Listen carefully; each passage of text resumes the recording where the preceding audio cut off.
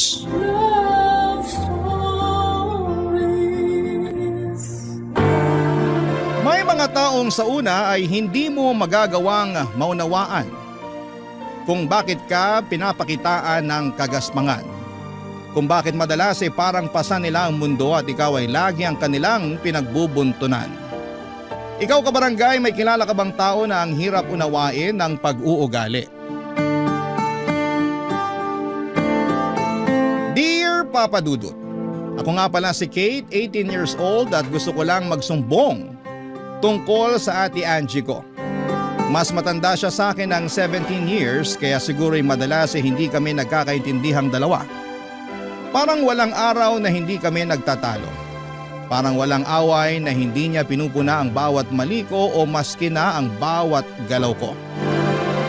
Kung kayo ang nasa sitwasyon ko ay maintindihan niyo ako kung bakit lumayo ang loob ko sa kanya sa pagdaan ng panahon. Suplada, masungit, bungangera at strikto kasi si Ate Angie. Tinalo niya pa ang nanay namin pagdating sa pagbubunganga. Ni minsan ay hindi ko narinig na nagbunganga ang nanay ko. Pero si Ate Angie, nako, madalas yan papadudot. Naririndi na nga ang tenga ko sa kanya pero tuloy pa rin siya. Wala naman akong magawa kasi nga siya ang bumubuhay sa amin ng nanay ko. Laging sinasabi ni nanay sa akin na hayaan ko lang daw ang Ate Angie ko dahil bago lang sa trabaho. O di naman kaya ay dadatnan na. Lahat naman ng dahilan ay iniintindi ko, papadudot, pero madalas kasi ay hindi ko na matansya ang ugali niya. Mahal ko po si ate pero madalas ay parang pinag-iisipan ko na kung babawiin ko na lang yung pagmamahal kong yon para sa kanya. Kahit kasi talaga maliit na bagay, nagagawa niyang palakihin. Parang feeling ko madalas ay wala na akong nagawang tama sa paningin niya. Parang lahat na lang ay may mali. Nakakasama ng loob pero hindi ko naman magawang sabihin sa kanya ng diretsyo na hindi na ako komportable sa mga sinasabi at pinupunan niya sa akin, papadudot. Apektado na kasi ako madalas at hindi na nakakatulong sa aking mental health, papadudot.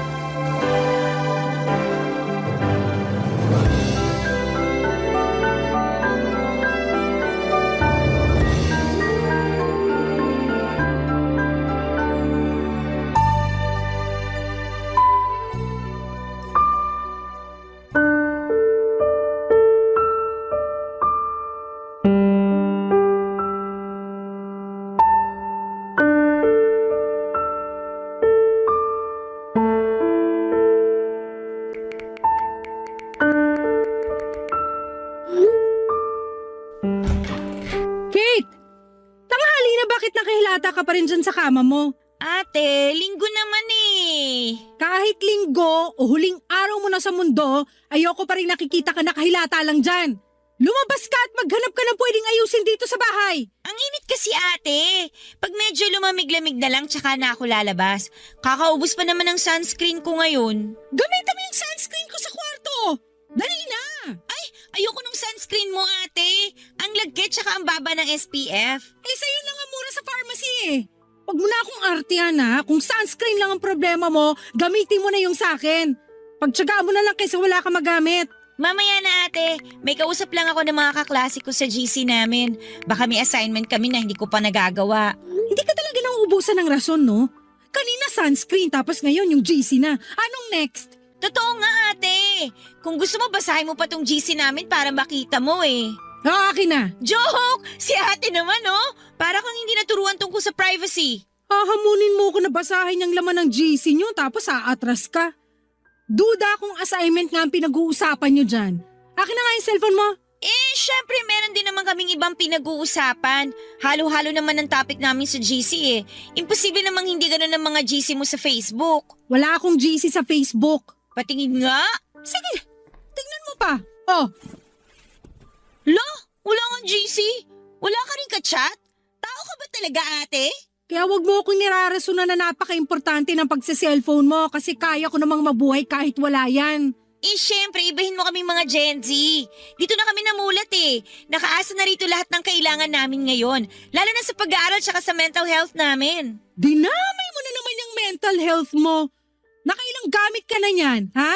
Last na yan. Ate, i-validate mo naman ang mental health ko. Please lang. At yung mental health ko, kailan mo iisipin? Lusaw na ang utak ko sa kakaunawa sa mga kaartihan mo, Kate. Ikaw lang naman kasi itong nagpapaka-stress sa akin eh. Kung hayaan mo na lang sana ako, di maayos ang mental health natin pareho, di ba? Hindi ko na talaga alam kung paano ka kakausapin. Huwag mo lang naman kasi akong bungangaan palagi. Paano hindi ka bubungangaan puro katamaran at kaartihan ang alam mo? Yan! Nasasaktan kaya ako sa mga salita mong ganyan. Ay nako ate, hinay-hinay lang naman sana, no? Bakit? Hindi ka ba maarte? Inaayon ko naman ang kaartihan ko sa sitwasyon. Kahit anong sitwasyon, maarte ka. Hindi ka talaga nagmana kay nanay, no? Wala ka kasing filter pag nagsasalita eh. Talo mo pa yung mga bungangerang nanay sa teleserye. Inuubos mo talaga ang pasensya kung bata ka eh. Chill ka lang, pwede ba? Ay, okay, ganito na lang. Lumabas ka muna ng kwarto ko. Gamitin mo yung sunscreen mong malagkit, tapos pumunta ka sa park at mag-meditate ka doon. Kasi mukhang kailangan mo ng peace of mind eh. Peace of mind? Hindi ko yan makukuha hanggat hindi ka umaayos, Kate. Kaya ikaw, mag-sunscreen, lumabas ka ng kwarto mo at mag-meditate ka kahit sa sementeryo pa. Hindi mo na talaga pakakalmahin ang dugo ko. Day off ko na nga lang, imbis na mag-relax na lang sana ako, nagawa mo pa akong bigyan ng stress. Alam mo ate… Lumabas ka na rito sa kwarto mo! At tumulong ka sa amin ni nanay sa labas, kundi malilintikan ka talaga! Nabigla ako sa pagtaas ng boses ni Ate Papa Dudut. Alam kong sagad na ang pasensya niya kapag umabot na siya sa ganon. Binalibag pa niya ang pinto ko nang lumabas siya. Kaya naman nagmadali na rin akong lumabas ng kwarto ko at doon ako sinalubong ni Nanay Papa Dudut. Kabado rin si nanay noon dahil nakita nitong galit na si ate. Binulungan ako ni nanay na sumunod na lamang sa sinasabi ni ate para hindi na kami magtalo pa at para hindi na lalong uminit ang ulo ni ate. Kilalang kilala pa naman namin si Ate Angie at oras na masimulan itong magalit ay hindi na siya titigil hanggang sa kinabukasan. Akala mo'y palaging dinadatnan o hindi naman kaya ay nagme-menopause na. Sinunod ko na lamang ang sinabi ni nanay at tumulong na lamang ako sa pag-aayos ng mga kailangan sa bahay. Dahil doon ay hindi ko na nagawa ang assignment ko dahil hindi ko na muling nahawakang buong araw ang cellphone ko. Sa tuwing gagawin ko kasi yon, ang talim agad ng tingin sa akin ni ate. Kinuha rin niya ang cellphone ko noong bandang gabi na para lang masigurado na hindi na ako magse-cellphone. Binalik na lamang ngayon sa akin kinabukasan nang paalis na ako papunta sa eskwelahan. Doon ko nalaman na meron pala akong nakaligtaang gawin na assignment. Nakagalitan tuloy ako ng teacher ko pero ayos lang naman kasi nasanay na ako sa galit ni ate kaya hindi na tumatalab sa akin ang pagbubunganga ng teacher ko. Nang uwian na Papa Dudut, ready na akong konsensyahin si ate sa nangyari sa akin. Kukonsensyahin ko talaga siya dahil siya ang may kasalanan kung bakit hindi ko nagawa ang assignment ko at niready ko na ang sasabihin ko habang nasa jeep pa lamang para hindi na ako madaan pa sa sindak ni ate Papa Dudut.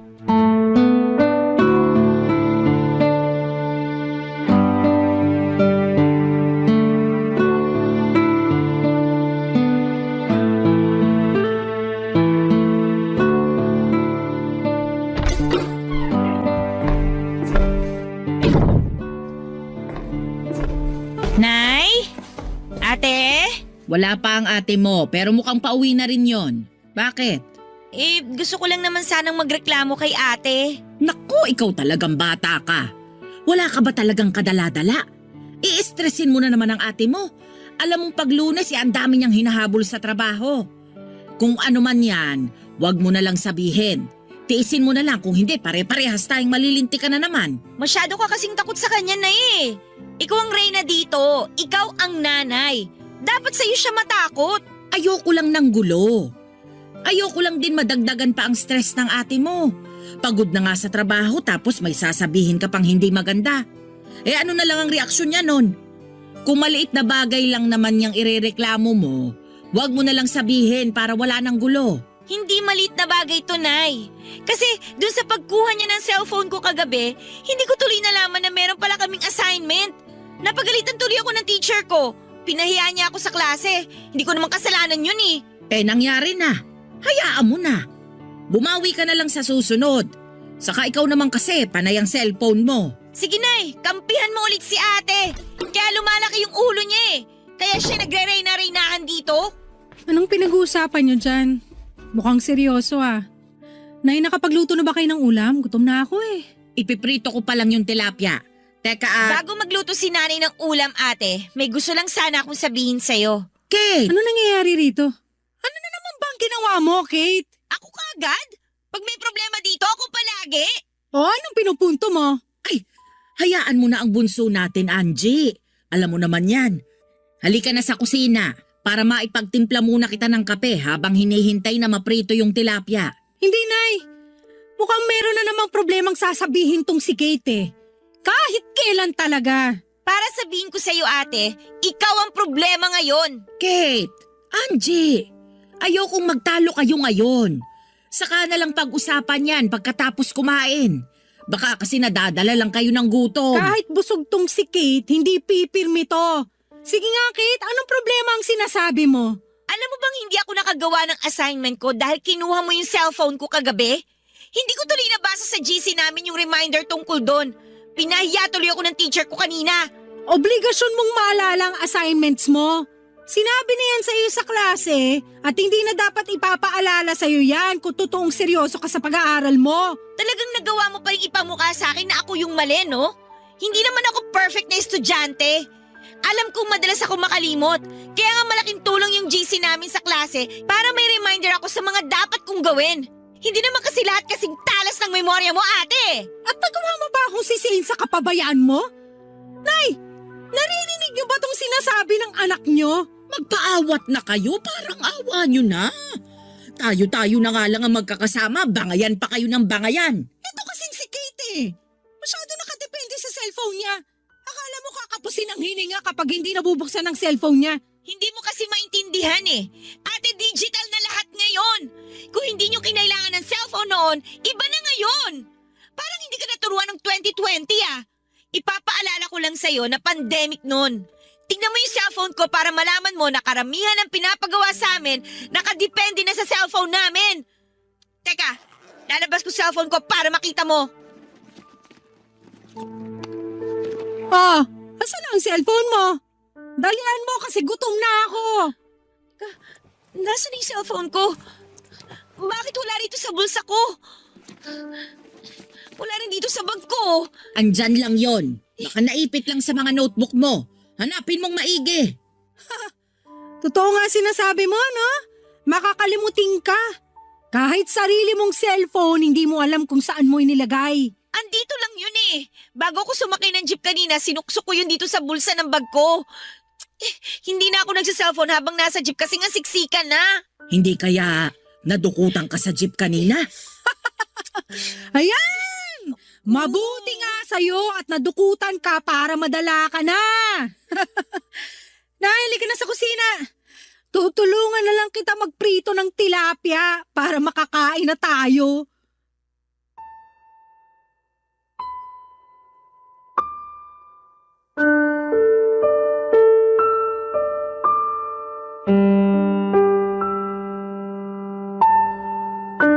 Nilabas ko na ang lahat ng gamit ko sa bag, Papa Dudut, pero wala pa rin doon ang cellphone ko. Naghubad na rin ako ng uniform sa pag-asang nasabit lang ang cellphone ko sa damit ko pero wala. Ang saklap. Ang masakit pa ay parang walang pakialam si ate na nawala ang cellphone ko. Para bang natuwa pa nga siya. Anong klaseng tao ang matutuwa kapag may nawala ng importanteng gamit? Naiiyak na ako noon dahil kahit si nanay ay hindi ako magawang lapitan para i-comfort dahil pinipigilan siya ni ate. Hindi nila alam kung gaano kaimportante ang cellphone ko sa akin dahil andun lahat ng kailangan ko para sa klase, Papa Dudut. Hindi na ako nakisabay kumain sa kanila at lumabas ako ng bahay para umasa na nahulog ko lamang sa kalsada ang cellphone ko at wala pa sanang nakakadampot. Alam kong niloloko ko na ang sarili ko pero wala namang masamang gawin yon.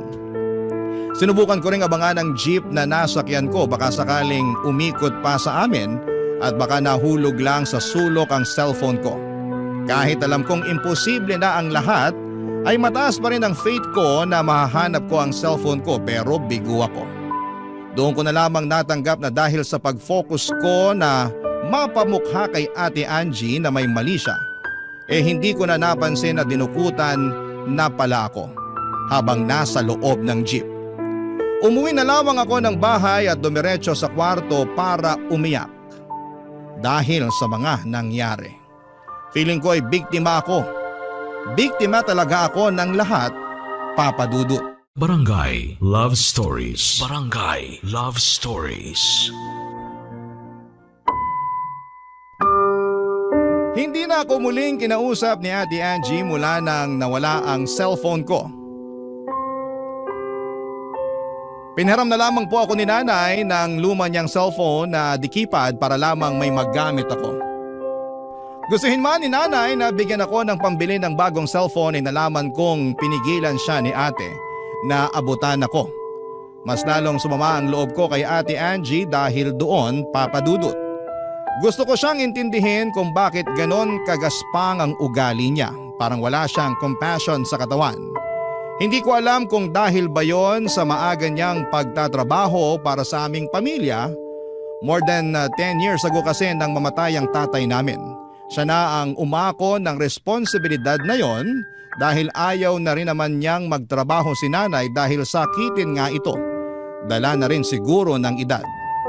Sa ngayon ay lagpas 60 years old na rin kasi si nanay at dapat lang na mag-retire na.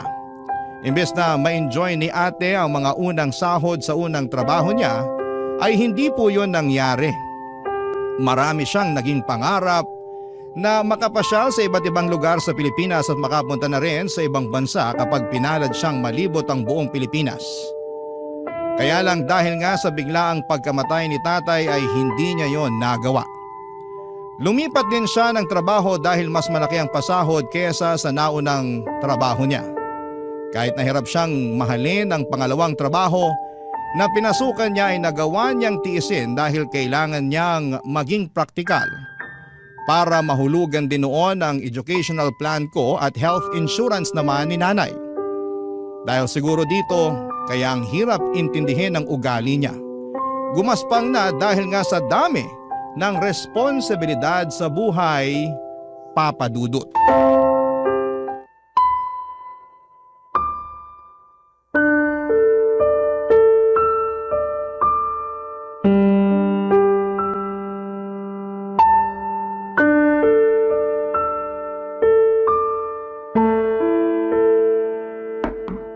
Bukas yan, pasok! Lumamig na yung turon na niluto ko kanina. Sabi mo lalabas ka na ng kwarto mo. Wala po akong ganang magmerienda, Nay. Bigay niyo na lang po yung turon kay Ate Angie mamaya pag uwi niya. Paborito mo pa naman ang turon. Binalot ko talaga sa maraming asukal yung saging. Saka hindi ko nilagyan ng langka kasi alam kong ayaw mo nun. Thank you, Nay, pero busog pa kasi ako eh. Paanong busog? Hindi ka rin kumain kaninang tanghali. May natira pa akong chichirya sa bag ko. Yun po yung kinain ko kanina kaya nawala po yung gutom ko. Ano bang nangyayari sa yung bata ka, ha? Ilang araw ka nang walang ganang kumain. Lagi ka na lang nagkukulong dito sa kwarto mo. Wala lang po ako sa mood, Nay. Babawi na lang po ako sa susunod. May tampo ka pa rin ba sa ate mo? Hindi naman nawala yun, Nay.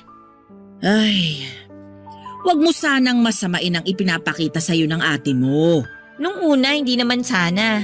Kaya lang, paulit-ulit na lang niyang pinaparamdam sa akin na problema lang ako dito sa bahay. Hindi ako makagalaw kahit good mood siya. Paano ba naman kasi, bawat galaw ko, pinupunan niya. Para bang lagi na lang niyang inaasahan na magkakamali ako? Ang hirap gumalaw na pag lagi kang binabantayan. Pagpasensyahan mo na lang ang ate mo. Kilala mo naman yun. Iyon na nga po eh. Kilalang kilala ko na siya. Ni minsan hindi niya nakita yung magaganda ko nagagawa. Nipurihin ako kapag mataas yung grades ko sa school. Hindi niya yung ginagawa. Pero kapag maliit lang na pagkukulang ko at pagkakamali ko, hanggang kinabukasan na kagad yung sermon. Ako na lang ang babawi sa mga masasakit na sinasabi niya. Ako na lang ang papansin sa mga nagagawa mong maganda. Nakikita ko naman yun. Kaya huwag kang mag-alala. Ay, salamat po, Nay. Alam ko naman pong nakikita niyo yon. Pero masarap din naman sana sa pakiramdam kung makita rin niyo ni ate para mabawasan yung galit niya sa akin. Hindi naman galit sa'yo ang ate mo.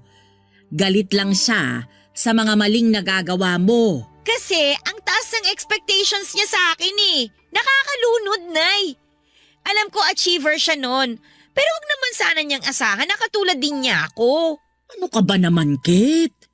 Alam niyang malaki ang potensyal mo, kaya nadidismaya lang ang ate mo kapag hindi mo ginagalingan. Ganoon kataas ang tingin niya sa'yo. Parang hindi naman. Pakiramdam ko ang baba lagi ng tingin niya sa akin. Mali lang siguro ang paraan ng pagpapakita ng ate mo kung gaano kataas ang tingin niya sa'yo. Saka ayaw niya sigurong lumaki ang ulo mo, kaya hindi niya masyadong pinapansin kapag gumagawa ka ng maganda. Hindi naman kawalan sa kanya kung paminsan-minsan papansinin niya na may nagagawa rin akong tama. Para ma-inspire naman ako lalo na pagbutihin pa. Hayaan mo. Pag uwi niya, kakausapin ko siya tungkol dyan. Ay naku, Nay, wag na po. Baka sabihin na naman niya sumbongera ako. Mas lalo siyang magalit sa akin. O sige, bahala ka na kung anong gusto mong gawin. May gusto nga po akong gawin, Nay Ano ba yun? Susuportahan ko yan. Nasa tamang edad na naman po ako. Huwag mong sabihing mag-aasawa ka na. Hindi pa tamang edad ang 18 para mag-asawa, ha? Nay, hindi! Ano ba kayo? Gusto ko lang pong magsarili na. Pwede naman ako magtrabaho. Mapagsasabay ko na ang pag-aaral at pagtatrabaho kasi marami naman po nag-o-offer ng mga part-time job ngayon. Bakit kailangan mo pang umalis dito? Kung gusto mo nang magtrabaho, hindi naman kita pipigilan. Pero sayang lang kung ang sahod mo ay mapupunta lang sa upa. Pagsisikapan ko na lang po yun, Nay. Mas mabuti na yun kesa may sumbat pa sa akin ni ate yung pagtira ko dito sa bahay kapag wala siya sa mood. Hindi niya pwedeng isumbat ang pagtira mo rito sa bahay. Dahil kami ng tatay mo ang bumili ng bahay na ito. Bahay mo na rin ito. Pero Nay… Huli na to na pag-uusapan natin ang tungkol sa paglipat mo. Magsuklay ka na riyan at lumabas ka ng kwarto mo. Sabayan mo na akong kumain ng turon sa kusina.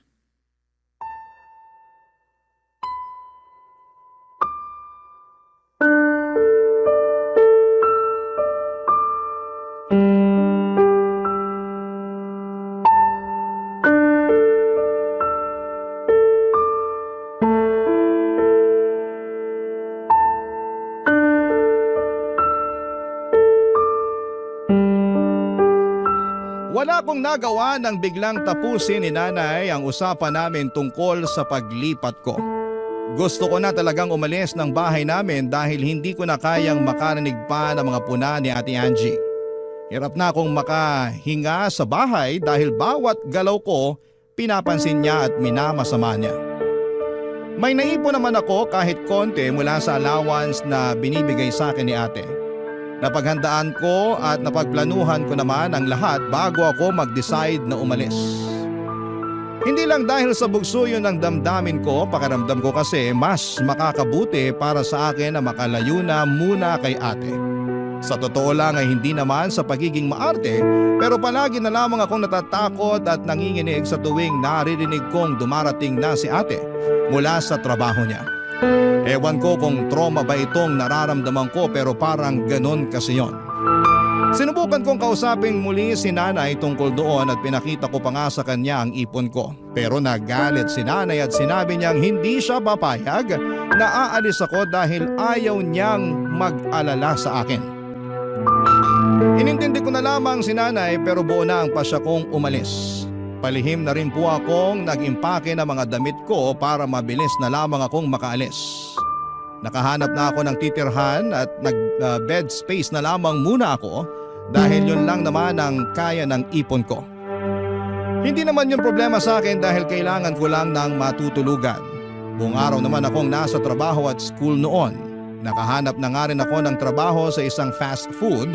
Lahat ng ito ay hindi ko pinaalam kina nanay at kay ate.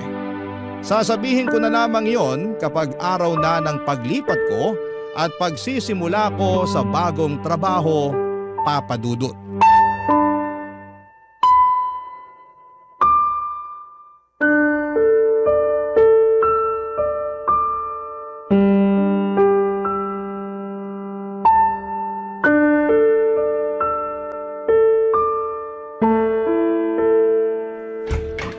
Hoy Kate, Ate naman, sana kumatok ka muna bago ka nagbukas ng pinto. Nagulat tuloy ako sa'yo. kanina ka pa kasi pinapalabas ni nanay para makisabay ka ng kumain sa amin. Busog pa ako. Kumain kami kanina ng mga kaklase ko sa kantin bago umuwi. Hindi ka na nakikisabay sa amin ah. Lagi ka na lang sa school kumakain tuwing uwian. Saka kumukuha ng pera. May ipon naman ako, ate.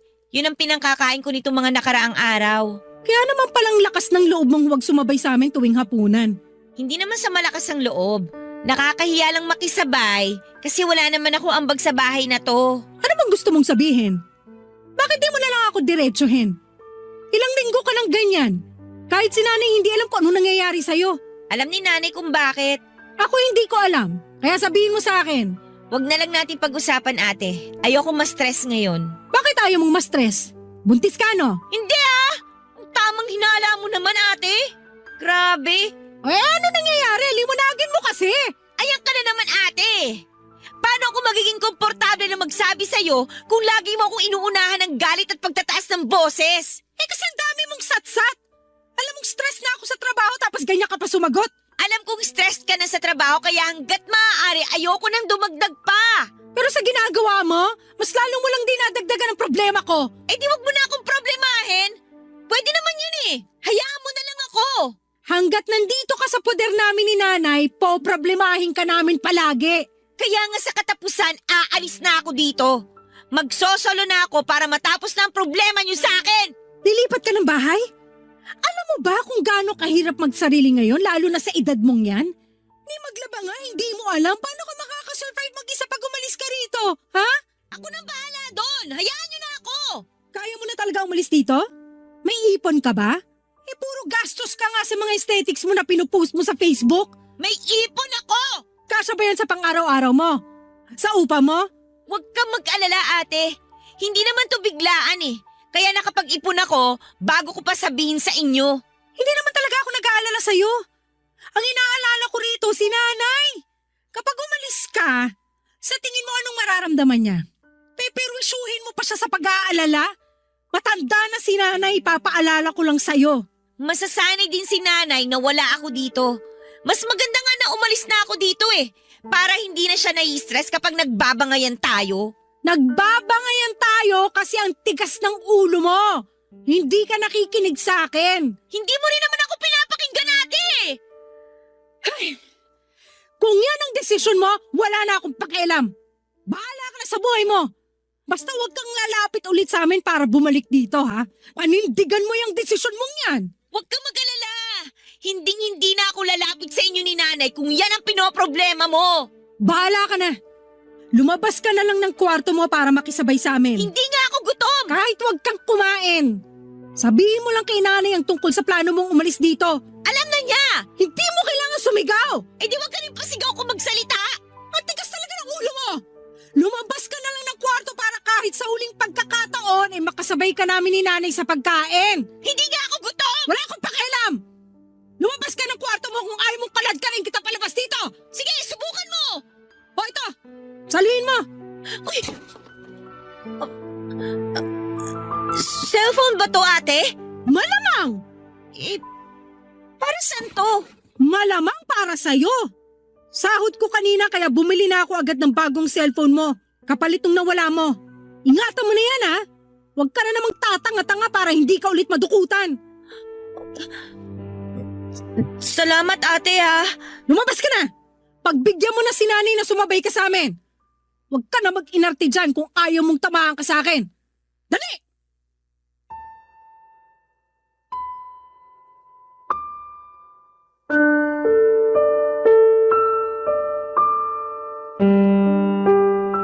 Papa Dudut, binalibag ni ate ang pinto ko nang lumabas siya ng kwarto ko.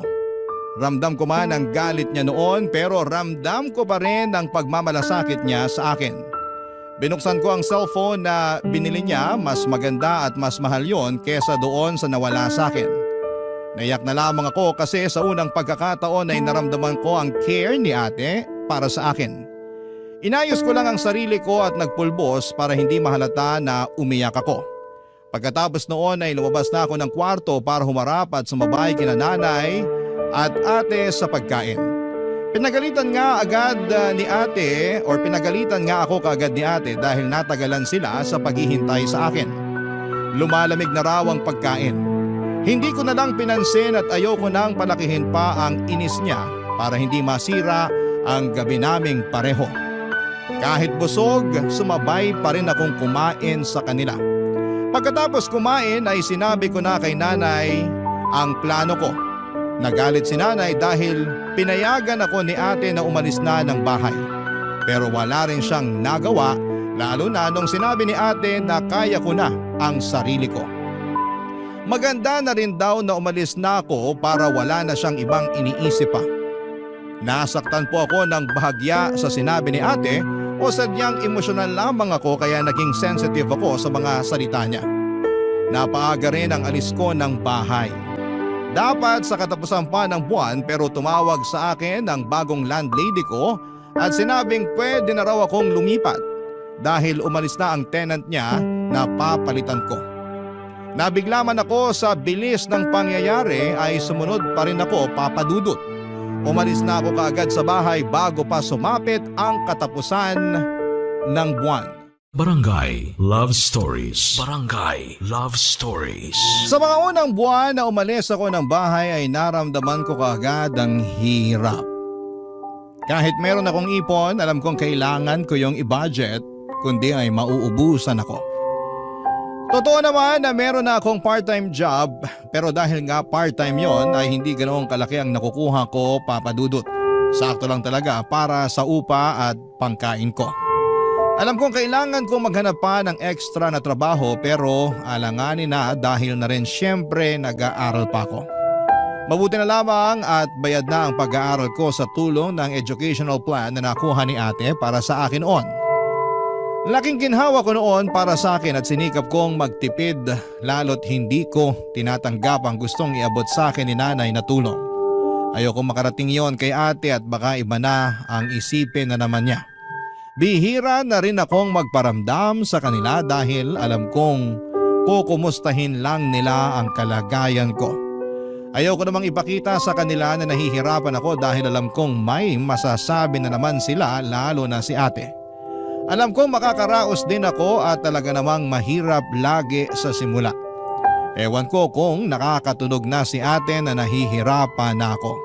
Kaya panay ang contact niya sa akin. Nairita na rin ako dahil parang napamukha sa akin na hindi ko kayang tumayo sa sarili kong mga paa. Nag-away kaming dalawa lalo't parehas pa naman kaming stress noon. Mas lalo nga akong nagalit noong sinumbat niya sa akin ang pagpapaaral niya. Mas lalo tuloy kaming nagkasirang dalawa. Dahil doon ay tumigil na ako sa pag-aaral at nagtrabaho na lamang. Sinubukan kong hilingin kung pwede akong mag full-time na sa fast food na pinagtatrabahuhan ko. Pero hindi pa raw po pwede. Mas lalo tuloy akong naging problemado lalo't naubos na rin ang ipon ko. Kaya nilunok ko ang pride ko at lumapit kay nanay para humingi ng mga dilata at bigas. Sinakto kong wala pa si ate para hindi na kami magkaabutan. Hindi pa kasi kami nagkakaayos na dalawa.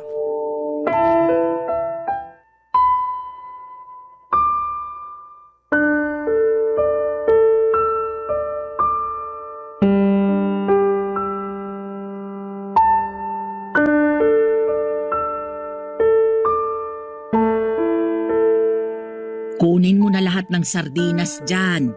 Lalo na yung mga maaanghang. Ikaw lang naman ang mahilig dyan noon kaya bumibili ang ate mo niyan eh. Magtitira pa rin naman ako ng mga 2 piraso, Nay.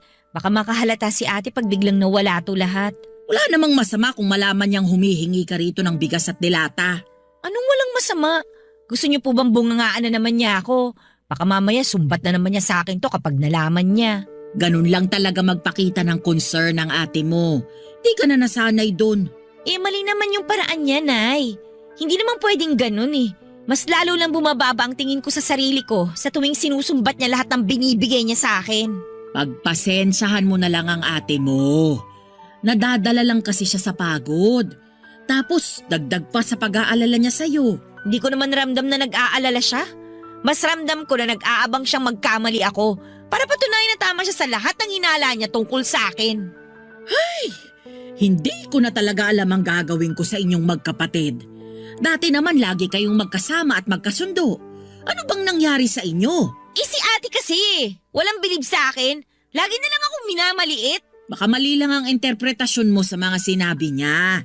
Mali ba, Nay? Kasi harap-harapan niyang sinasabi sa akin na mali lahat ng desisyon ko. Concern lang kasi ang ate mo. Wala naman siyang masamang ibig sabihin dun. Sa ganong paraan lang siya nasanay kahit noon pa man. Siguro kasalanan din naman ng tatay mo kung bakit ganun siya magsalita. Nung nabubuhay pa ang tatay mo, parehas sila ng pananalita ng ate mo eh. Nay, wag mo na siyang ipagtanggol. Mas lalo lang sumasama yung loob ko dahil parang wala na akong kakampi ngayon. Paano bang wala? Anong tawag mo sa akin? Kay Ate Angie naman kayo kampi eh. Lagi na lang yung side niya yung iniintindi nyo. Lagi kayo may magandang rason kung bakit siya ganun sa akin. Samantalang ako, nilaban niyo ba ako sa kanya ni minsan? Malamang oo. Hindi mo lang naririnig, pero lagi kitang ipinaglalaban sa kanya. Parehas lang kayong matigas ang ulo at hindi nakikinig sa nanay ninyo. Ay! Mabuti pa, hintayin mo na lang siyang makauwi para makapag-usap-usap na tayong tatlo. Hindi pwedeng nag-iiwasan na lang kayo palagi. Pamilya tayo. Huwag mo na ngayon, Nay. Tsaka na, kapag nakabangon na ako, hindi makakatulong na maabutan niya ako kumukuha ng bigas at dilata dito. Mas lalo lang kami mag-aaway. Kasi panigurado, ipapamukha na naman yan sa akin ng mga mali ko. Ay. O sige. Pero sana naman sa susunod, pwede mo na siyang harapin. Nasasaktan ako na hindi kayo magkasundo ng mga anak ko. Nay, may dala akong... Kate, anong ginagawa mo rito? Dumalaw lang kay nanay. Nangungumusta? Nangungumusta? O nangunguha ng pangkain mo rito? Angie! Kung kumustahan lang, bakit may bitbit kang bigas at delata? Anong akala mo rito sa bahay barangay hall? Tagabigay ng ayuda mo? Hindi ko na lang kukunin. Wala nang katapusang panunumbat na naman ang aabutin ko sa'yo. Hindi ko sinusumbat. Ginigising lang kita para makita mong mali ang mga desisyon mo. Padalos-dalos kang umalis dito, tapos kapag nangailangan ka, lalapit ka rin pala. Di sorry! Nagkamali na naman ako. Sana pala hindi na lang ako lumapit at humingi ng tulong. Sabi ko na nga ba hindi talaga ako nagkamali na ito na naman yung magiging eksena nating dalawa, ate. Angie! Magtutunog sumbat talaga sa'yo lahat kasi wala ka nang ambag. May gana ka pang gumawa ng mali tapos ang ending, kami pa rin ang sasalo sa'yo. Hindi pwedeng ganyan, Kate. Kung may ginawa kang desisyon, panindigan mo. Huwag kang mag-alala, ate. Huli na to. Hindi na ako hihingi ng tulong sa inyo kahit na piso. Mas maniniwala ako kung bibitawan mo yung bigas at mga delata. Tsaka ka lumabas ng bahay na to para mapanindigan yung pride mo.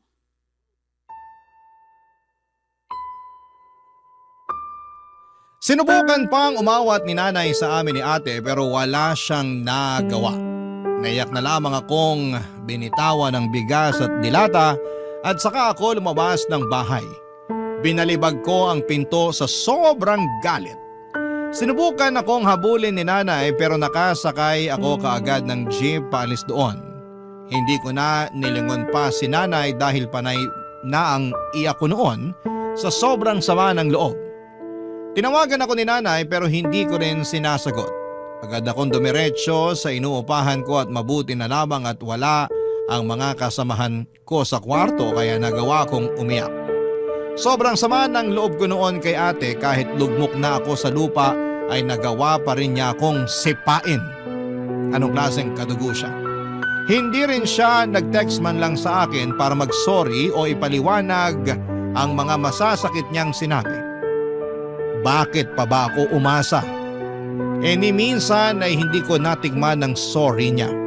Dahil doon ay mas lalo ko silang iniwasan at hirap na ako noon, lalo na't nabawasan pa ang oras ng trabaho ko. Sinikap ko maghanap ng ibang trabaho pero walang tumatanggap sa akin dahil bukod sa masyado raw akong bata ay wala pa akong tinapos na pag-aaral. Nagtuloy-tuloy ang problema ko, Papa Dudut, ilang beses na lang ako sa isang araw kong kumain. Madalas pa ay puro biskwit, fishball at 3-in-1 na kape. Bubusugin ko na lamang ang sarili ko sa libreng tubig sa inuupahan ko. Napansin rin yon ng landlady ko kaya nilimitahan na niya sa 2 liters ang libreng tubig sa akin kada araw. Nakaramdam ako ng panliliit dahil doon. Isang araw ay hindi na rin ako nakabayad pa ng upa at dahil doon ay wala akong ibang nagawa kundi ang mag-impake na dahil pinapaalis na ako ng landlady ko. Sinubukan ko pang makiusap pero ang sabi niya may nakaabang na bagong tenant kaya kailangan ko nang umalis. Binigyan niya ako ng 5 araw para makahanap ng bagong lilipatan. Yon ang naging problema ko dahil wala akong nahanap sa huling araw ng pangungupahan ko. Kaya mabigat man sa loob ko ay nagsimula na ako mag-impake at inisip ko na lamang na matulog muna sa mga bus terminal kung saan ay maraming tao at hindi makakahalata ang mga empleyado roon. Panay ang iyak ko habang inaayos sa mga damit ko para makaalis na roon, Papa Dudut.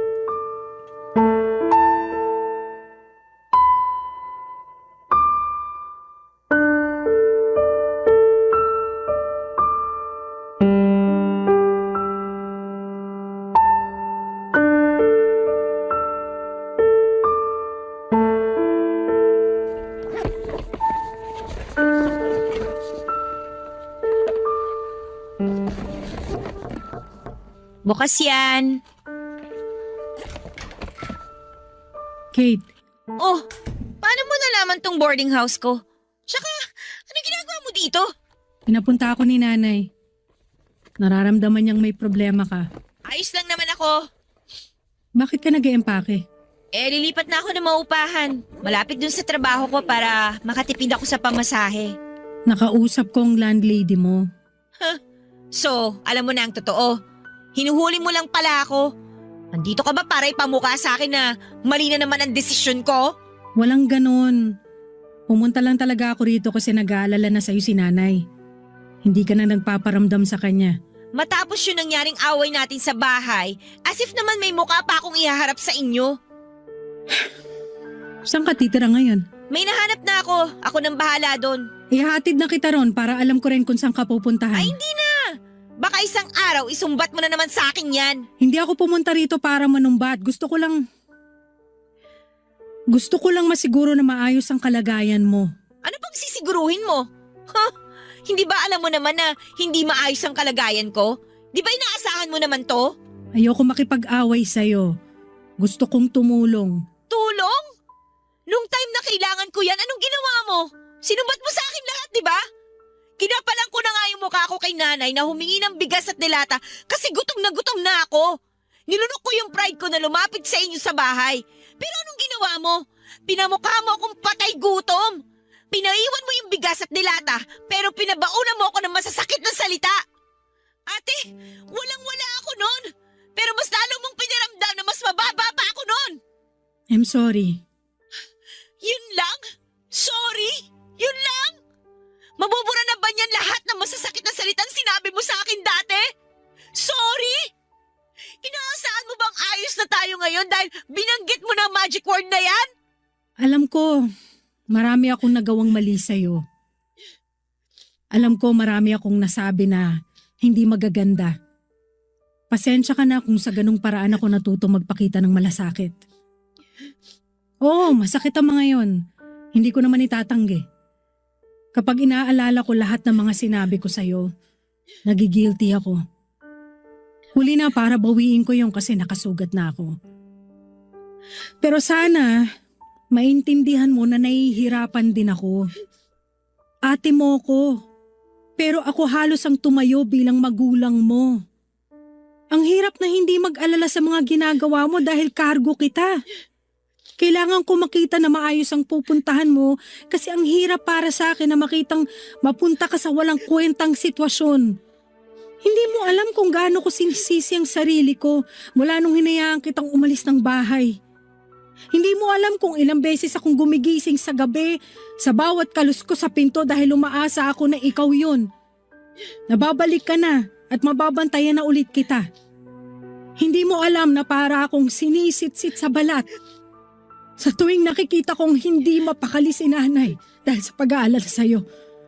Kung kumain ka na ba o kung makakabayad ka pa ba ng upa. Hindi mo alam, Kate, ang hirap. Hindi mo alam. Yan lang naman ang kailangan ko eh. Ang paliwanag mo. Hindi ko na kailangan ng sorry sa mga masasakit na sinabi mo noon. Gusto ko lang maintindihan kung bakit ganun ang mga sinabi mo sa akin. Ate, kasi sakit talaga ng mga sinasabi mo sa akin eh. Lagi na lang ako natatakot gumalaw kasi baka mamaya hindi mo na naman magustuhan yung magawa ko. Kaya umalis na lang ako ng bahay para hindi ka na laging galit. Para makagalaw na rin ako. Para makahinga. Ate, alam kong bigat na bigat ka na sa amin ni Nanay. At sorry talaga kung hindi pa ako makatulong sa'yo. Pero promise, babawi rin naman ako. Hayaan mo lang ako na magkamali kasi natututo rin naman ako eh.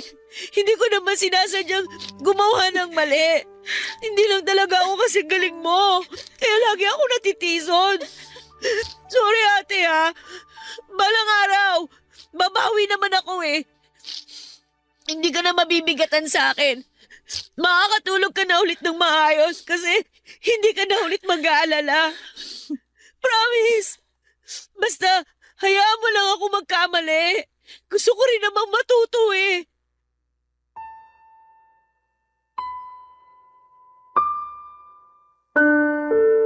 Nagkaiyakan kami ni ate at pagkatapos noon ay tinulungan na niya akong tapusin ang pag-iimpake ko. Inuwi na niya ako sa bahay at doon ay masaya akong sinalubong ng nanay ko. Panay ang iyak ni nanay nang makita niya ako at inalalayan niya ako na makapasok ng bahay. Napansin agad niya ang pangangayayat ko. Pinaghanda niya ako ng makakain ko at sumabay na rin si ate na kumain. Sa palibot ng mesa, andon sina nanay at ate habang katabi ko. Pakiramdam ko ay safe na akong muli sa piling nila. Sa unang pagkakataon ay hindi na ako nakaramdam ng takot sa presensya ni ate. Hindi na rin ako galit. Naintindihan ko na siya at napatawad na namin ang isa't isa sa mga hindi namin pagkakaunawaan. Sa ngayon, Papa Dudut, ay nagbalik akong muli sa pag-aaral at hindi rin ako umalis sa fast food at pinagpatuloy ko ang pagtatrabaho doon para may ambag naman ako kahit kaunti kay ate. Alam kong hirap na rin siya na buhatin kami ni nanay. At dahil doon ay unti-unti ay nakakapasyal na si ate sa mga lugar na pangarap niyang puntahan. Nakita ko na muli ang ngiti ni ate at nakakahinga na siya ng maayos at hindi na puro kami ang iniisip niya. Lagi na siyang masaya dahil naiintindihan na namin ang pinaggagalingan niya. Marami talagang nagagawa ang maayos na komunikasyon para maplansya ang anumang gusot. Malaking tulong ang komunikasyon para maintindihan namin ang punto ng bawat isa. At hindi na kami muling papayag na itikom ang mga bibig namin sa tuwing may kailangang magsalita sa mga nararamdaman namin at napapansin. Kasabay noon siyempre ang pag-unawa sa taong nagsasalita. Kapag pinagsabay yun, paniguradong magiging maayos din ang lahat. Maraming salamat po sa pagbasa ng aking liham. Ako ang inyong kabarangay forever, Kate. Barangay Love Stories. Barangay Love Stories. Anong say mo sa Barangay Love Stories na ito? Pagkwentuhan natin sa comment section yan. Nagustuhan ng iyong napakinggan? Ituloy yan via live stream sa www.gmanetwork.com/radio. Barangay LS 97.1 forever.